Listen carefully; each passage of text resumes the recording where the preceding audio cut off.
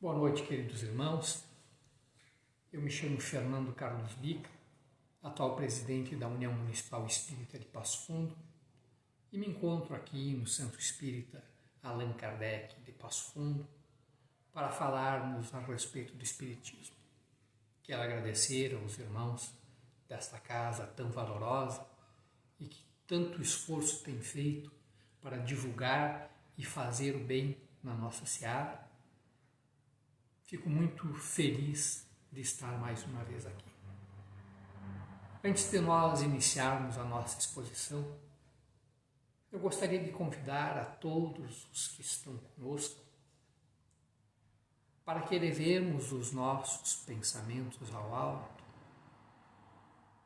agradecendo ao Senhor por mais este momento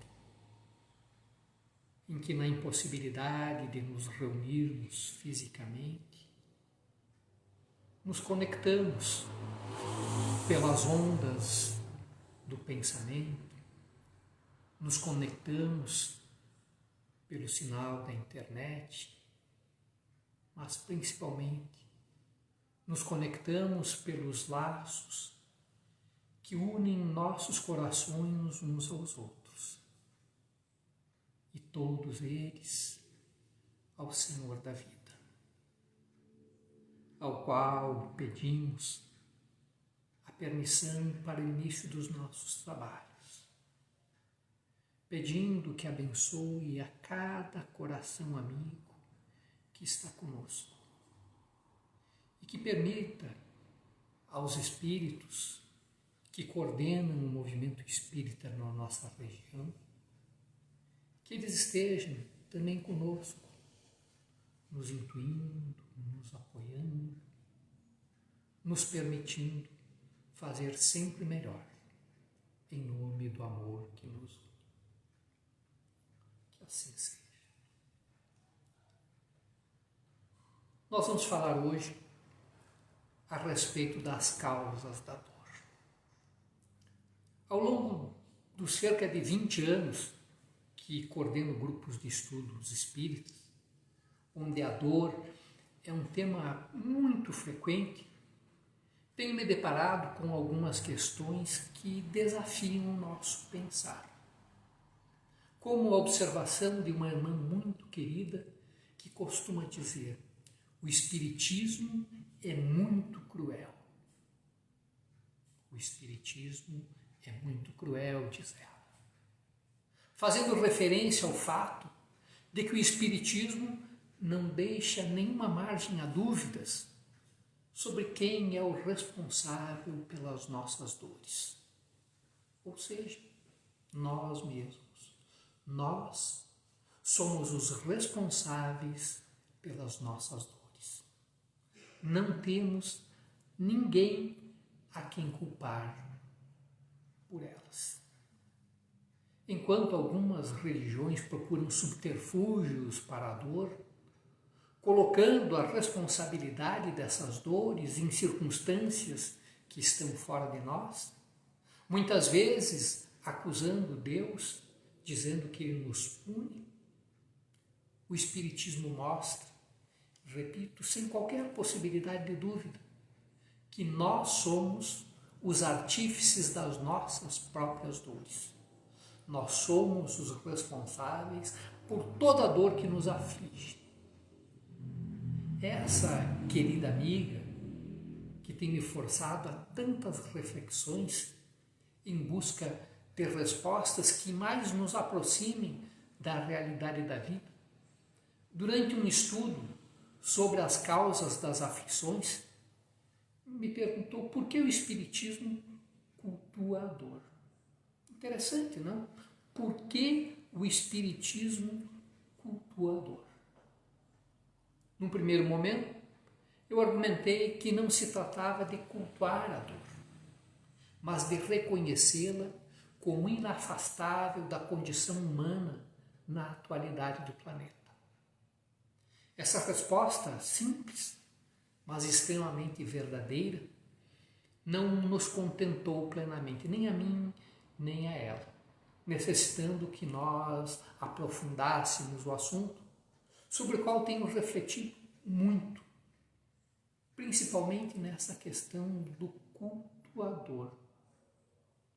Se nós levarmos em consideração, principalmente, que o termo culto prende-se à ideia de adoração.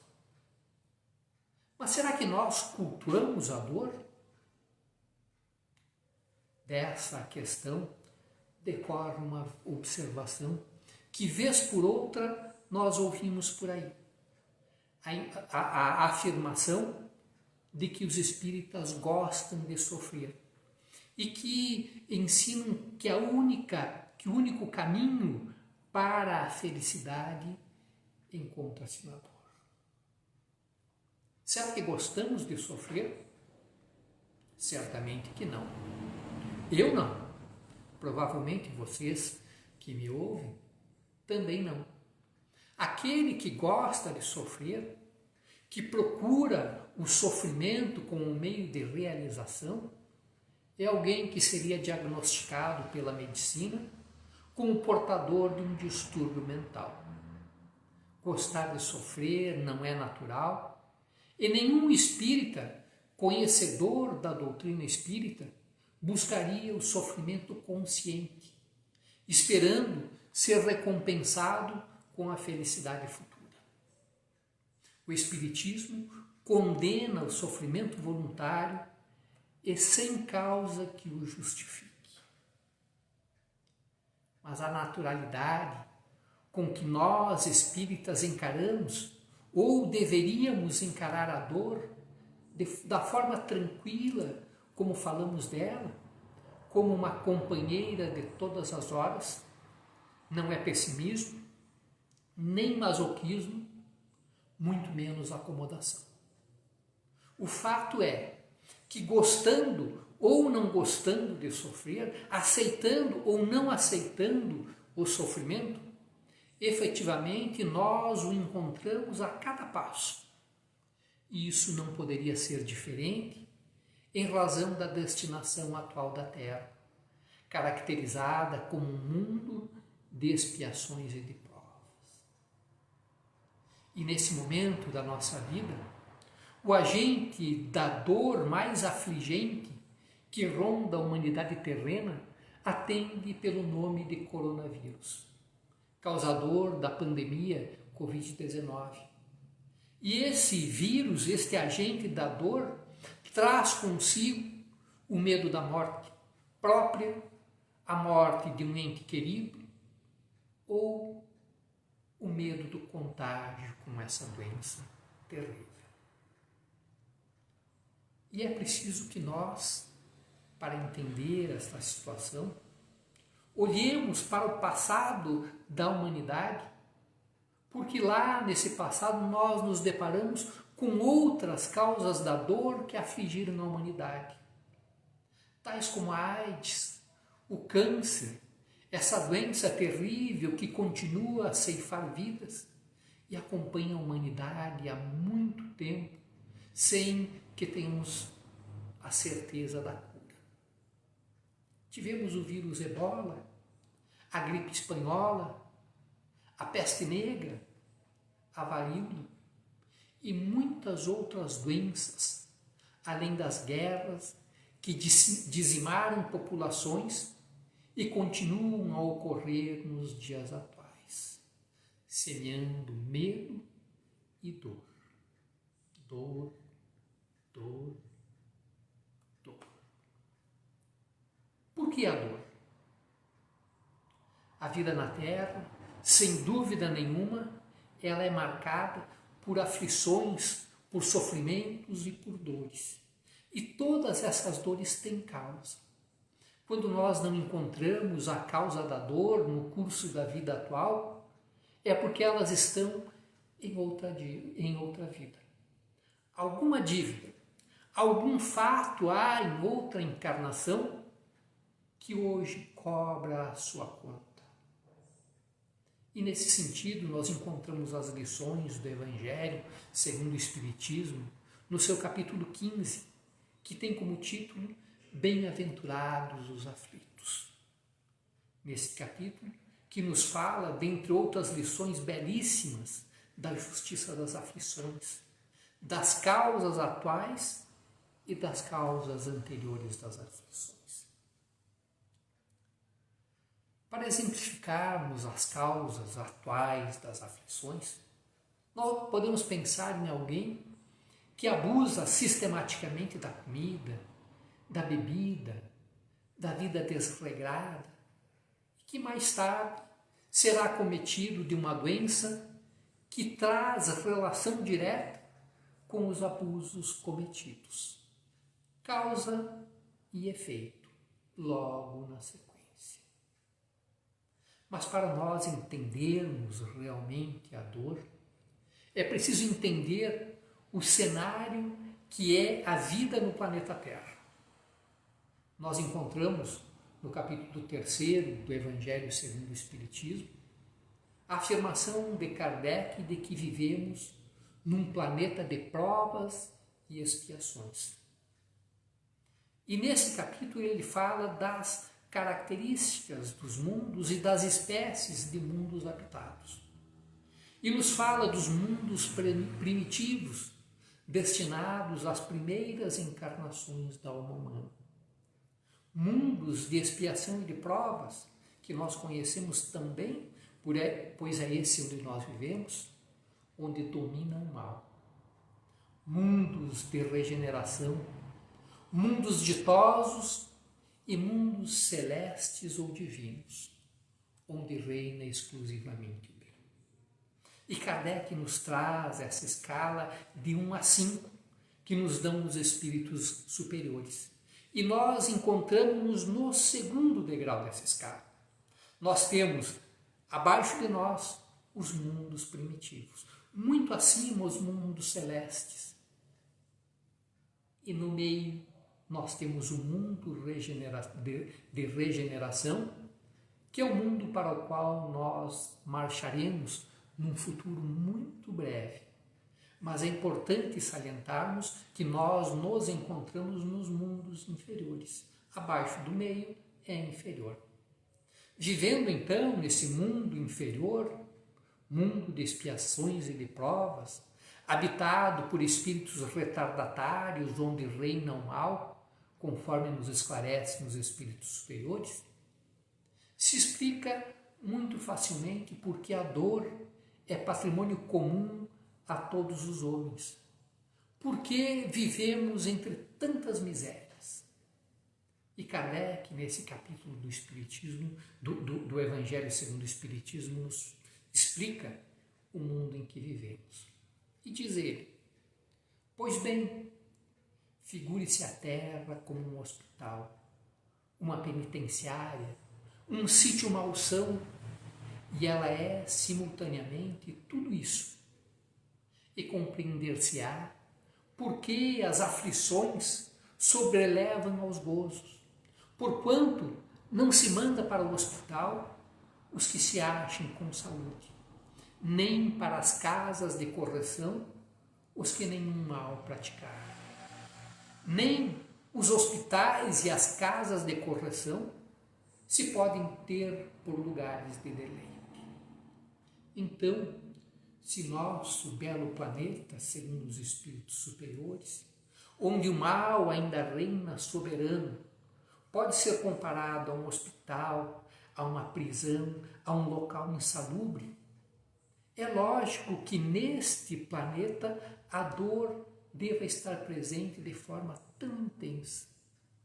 E visitemos qualquer lugar desses relacionados por Kardec, hospital, prisão, lugar insalubre, e experimentemos contar os sorrisos e as expressões de alegria que vemos nas faces daqueles que ali se encontram. Então, entendendo a dor como natural às condições do mundo em que nós vivemos, procuremos então entender as suas causas, a partir da análise de parte da obra Ação e Reação, de autoria de André Luiz, psicografado por Francisco Cândido Xavier. No capítulo 19 dessa obra, nós observamos o diálogo do instrutor Druso com André Luiz e Hilário. E nesse diálogo, Druso fala sobre as 3 espécies de dor que acometem o homem. Relaciona a dor evolução, a dor expiação e a dor auxílio. Nos dizendo que a dor evolução atua de fora para dentro e nos remete ao futuro. A dor expiação vem de dentro para fora, em razão das nossas dívidas que ficaram no passado. E Druso nos fala da dor auxílio, num pequeno trecho que eu farei a leitura. Pela intercessão de amigos devotados à nossa felicidade e à nossa vitória, recebemos a bênção de prolongadas e dolorosas enfermidades no envoltório físico. Eu vou repetir esta frase para que ela fique bem fixada. Recebemos a bênção de prolongadas e dolorosas enfermidades no envoltório físico. E prossegue. Seja para evitarmos a queda no abismo da criminalidade, seja mais frequentemente para o serviço preparatório da desencarnação, a fim de que não sejamos colhidos por surpresas arrasadoras na transição da morte.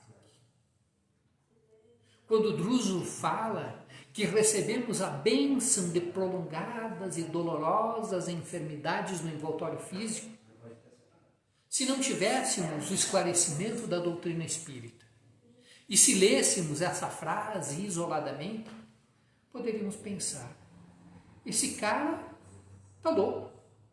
Ora, bênção da dor, bênção da doença prolongada. Quem é que quer dor? Quem quer bem? Quem quer doença prolongada? Doença não é bênção, doença é maldição. Mas na sequência, Druso continua e fala que essas dores e enfermidades podem evitar a queda no abismo da criminalidade. Podem nos preparar para a morte, que é inevitável. E aí nós podemos começar a compreender a dor. Mas é interessante que compreendamos a dor através dos exemplos práticos. E trago para a nossa reflexão um caso contado por Hermílio de Miranda no livro Nos Bastidores de Obsessão. Hermílio de Miranda nos fala de um senhor, pai de uma grande família, viciado em jogo, e que durante um jogo, ao chamar um colega de ladrão, foi apunhalado por ele e jurou vingança. Esse senhor pretendia matar o seu antagonista. Enquanto estava acamado em casa, durante uma briga entre suas filhas, ele foi intervir e, enquanto intervinha, teve um acidente e aquela ferida da punhalada agravou-se. A filha, responsável pela briga que resultou no agravamento do mal do pai, começou diariamente a fazer leituras do Evangelho segundo o Espiritismo ao seu pai acamado. Isso repetia-se todos os dias. E passados muitos meses, o pai recuperou-se plenamente daquele ferimento e quando do julgamento do seu antagonista, ele próprio pediu para absolver o homem, dizendo que ele tinha sido o responsável, pois havia ofendido verbalmente o rapaz. Percebe como a dor pode nos preservar de outras dores maiores? Esse exemplo nos mostra a mudança de pensamento e sentimentos do homem e o quanto esta dor lhe foi útil.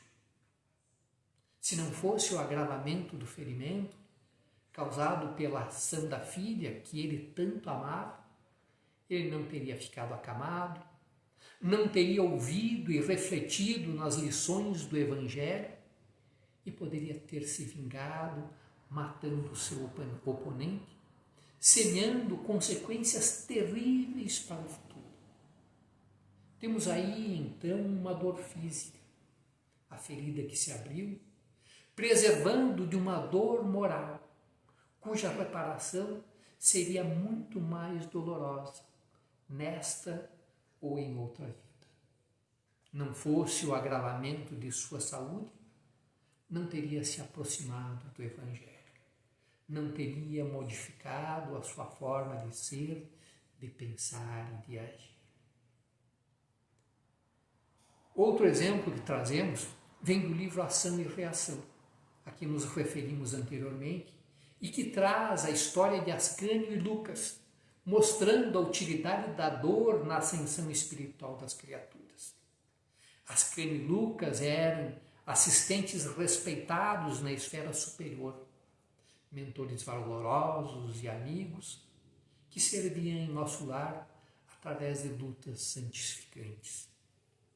Suspirando pelo ingresso nas esferas mais elevadas, e eles possuíam créditos extensos que os recomendavam à ascensão, no entanto, não demonstravam a condição necessária para esta ascensão. Verificaram, pela indução da memória, que em uma encarnação no século XIV, eles praticaram um terrível delito em conjunto, quando assassinaram 2 companheiros, jogando-os do alto de uma fortaleza. E beneficiaram-se grandemente, naquele momento, do crime cometido.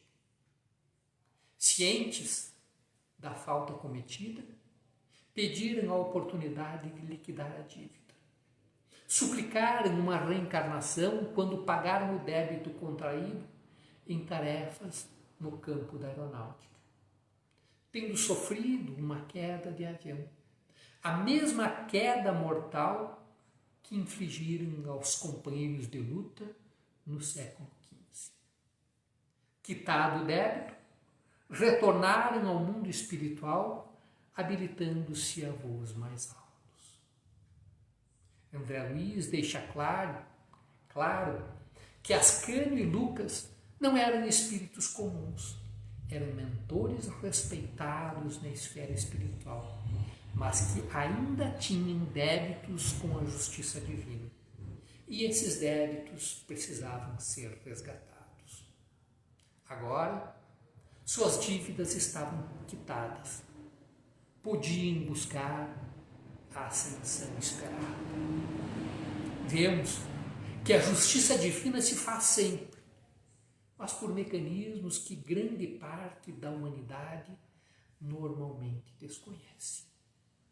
As vidas sucessivas, através da reencarnação, nos dão as oportunidades devidas para saldarmos velhos débitos e nos candidatar a empreendimentos mais elevados. Nos pagamentos destes débitos, normalmente encontramos a dor, que nos reabilita, que nos oportuniza, antes de tudo, o equilíbrio da própria consciência. Pensemos no momento atual, cheio de dúvidas, de incertezas, de medo, de revolta, de dor. Devemos nos perguntar, quando olhamos esse cenário, quando foi que o mundo viveu em paz, sem medo, sem doenças, sem guerras, sem mortes? A história do homem revela que vivemos sempre sob o palio do medo. Mas hoje nós vivemos um momento diferente das nossas encarnações. A pandemia que hoje experimentamos, ou a pandemia que hoje nos experimenta, é apenas um capítulo dessa história. mas ela é especial em nossas vidas, pois ela chega num momento em que o mundo está cansado de lutas, de guerras, de valores que não representam os nossos ideais de vida eterna. Nós não queremos ou não podemos aceitar mais a agressão humana, o egoísmo vigente em nossa sociedade, com um apelo constante ao materialismo. Nós constatamos que vivemos hoje para satisfazer os prazeres do corpo, como se não fôssemos morrer. Vivemos para o prazer, desconsiderando o aprendizado que deveríamos ter em todos os momentos. E é esse o contexto em que surge a pandemia. Surge este vírus democrático que atinge a todos, independente da sua condição social, da sua cor, do seu partido político, credo religioso. O vírus iguala a todos na dor. E chega, repito, no momento em que nós estamos cansados das lutas do mundo. Estamos cansados e muitas vezes nem percebemos isso. Não nos damos conta de que precisamos de algo mais na nossa vida. Que a vida na humanidade encontra-se vazia de sentimentos. Que o homem não tem tempo para Deus, não tem tempo para a família, não tem tempo para aquilo que realmente importa na nossa vida.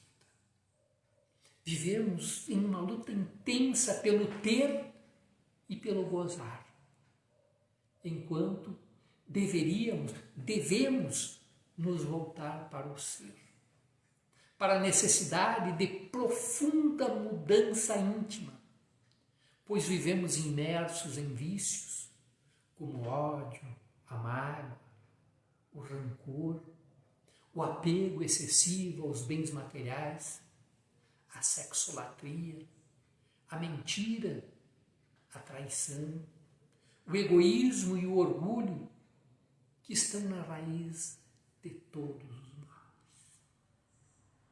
E quando nós olhamos esse mundo imenso, com seu imenso contingente de sofredores que habitam este planeta conosco, esse planeta que repetimos, assemelhado a um hospital, a uma prisão, a um pântano pestilento, como nos fala Kardec, nós podemos nos perguntar: que débitos esses sofredores que encontramos por aí, pelas ruas, pelos hospitais, que débitos trazem do passado que os fazem enfrentarem sofrimentos tão angustiantes? E nós não sabemos. Mas se pudéssemos esquadrinhar as vidas pretéritas de quantos se amontoam à espera da comiseração pública, nos inúmeros sítios de sofrimento existentes na face da terra, certamente encontraríamos fatos dolorosos, casos terríveis, onde a dor foi semeada por aqueles que hoje resgatam seus débitos em face do amor e da justiça divinos, que a todos oportuniza a reparação das faltas cometidas, para que se habilitem as recompensas futuras. Por mais dores que encontremos pelo caminho, dores nossas ou alheias dores, pensemos que todas as vicissitudes da vida derivam de uma causa. Esta causa está em Deus. E se Deus é justo, justa há de ser a causa dessa dor. E Ele sempre nos dá as oportunidades de avançar, de nos fazermos melhores a cada dia. E também nos fornece os meios de repararmos os erros cometidos, de suportar as nossas dores e, principalmente, de aliviar as dores do próximo. Pensemos em Jesus que nos diz: vinde a mim, todos vós que estáis aflitos e sobrecarregados, que eu vos aliviarei. Tomai sobre vós o meu jugo e aprendei comigo, que sou brando e humilde de coração. E achareis repouso para vossas almas, pois é suave o meu jugo e leve o meu fardo. Para encerrarmos essa reflexão, fiquemos com a lição de Maria Dolores no poema Elevação.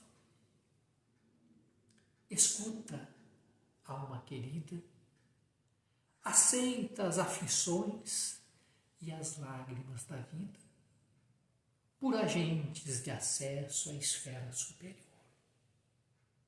Mágoa, queixa, revolta e rebeldia lembram muralhas sob a noite fria, furtando o coração à luz do amor.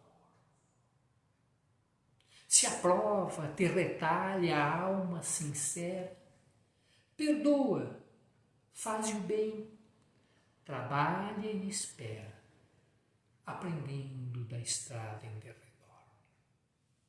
Tudo o que vive e sonha, sofre e ama, dos astros do infinito aos vermes sob a lama, dando-se a elevação do futuro melhor.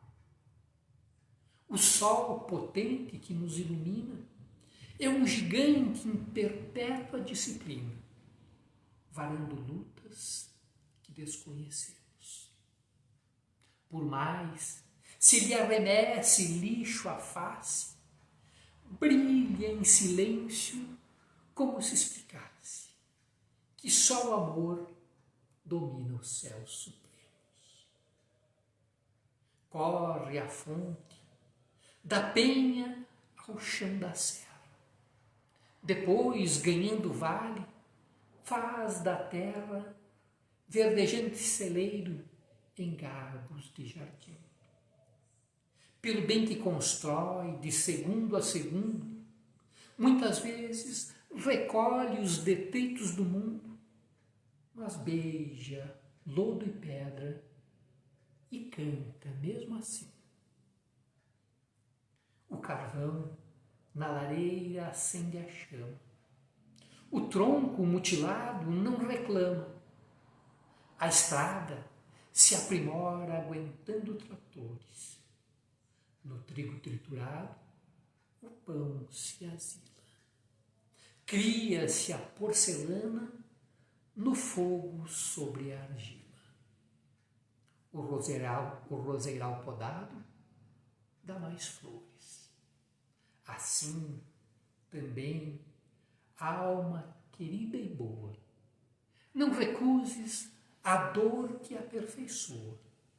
Se o sol te espanca os sonhos, teus e meus, golpes, tribulações, angústia, tempestade, são recursos da vida, erguendo a humanidade para as bênçãos de Deus.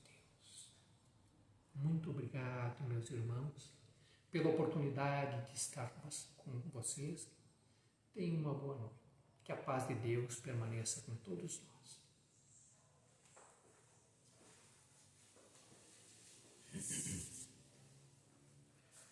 Uma boa noite a todos e a todas.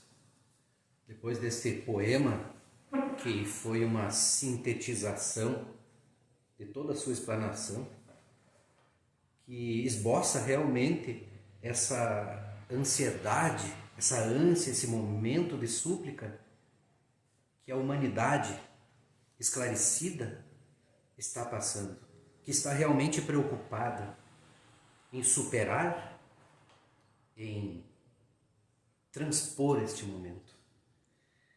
E é com este sentimento que eu convido a todos os irmãos que estão conectados conosco para que elevemos os nossos pensamentos ao nosso Mestre Jesus, a todos os nossos irmãos benfeitores, nossos irmãos luzeiros, e que durante a prece de Cáritas as nossas águas sejam fluidificadas, que sejam colocadas nelas todas as essências para as nossas dores, para as nossas angústias, para tudo aquilo que realmente o momento está exigindo.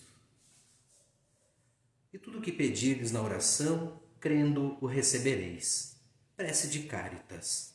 Deus nosso Pai, que sois todo poder e bondade, dais força àquele que passa pela provação. Dai à luz àquele que procura a verdade. Ponte no coração do homem a compaixão e a caridade. Deus, dai ao viajor a estrela guia, ao aflito a consolação, ao doente repouso. Pai, dai ao culpado o arrependimento, ao espírito a verdade, à criança o guia, ao órfão o pai. Senhor, que vossa bondade se estenda sobre tudo o que criaste. Piedade, Senhor, para aqueles que vos não conhecem, esperança para aqueles que sofrem. Que vossa bondade permita aos espíritos consoladores derramarem por toda a parte a paz, a esperança e a fé. Deus, um raio, uma faísca do vosso amor pode abrasar a terra. Deixai-nos beber nas fontes dessa bondade fecunda e infinita, e todas as lágrimas secarão, todas as dores se acalmarão. Um só coração, um só pensamento subirá até vós, como um grito de reconhecimento e de amor. Como Moisés sobre a montanha, nós vos esperamos com os braços abertos. Ó poder, ó bondade, ó beleza, ó perfeição. E queremos de alguma sorte merecer a vossa misericórdia. Deus, dai-nos a força de ajudar o progresso, a fim de subirmos até vós. Dai-nos a caridade pura, dai-nos a fé e a razão. Dai-nos a simplicidade que fará das nossas almas o espelho onde deve refletir vossa puríssima e santa imagem. Que assim seja. E que possamos nós termos um bom final de semana, um início de semana aí a partir de segunda-feira, que todos os nossos pensamentos, que tudo esteja de acordo com a nossa trajetória. Fiquem com Deus, em paz, muita luz, força e proteção. Uma boa noite a todos.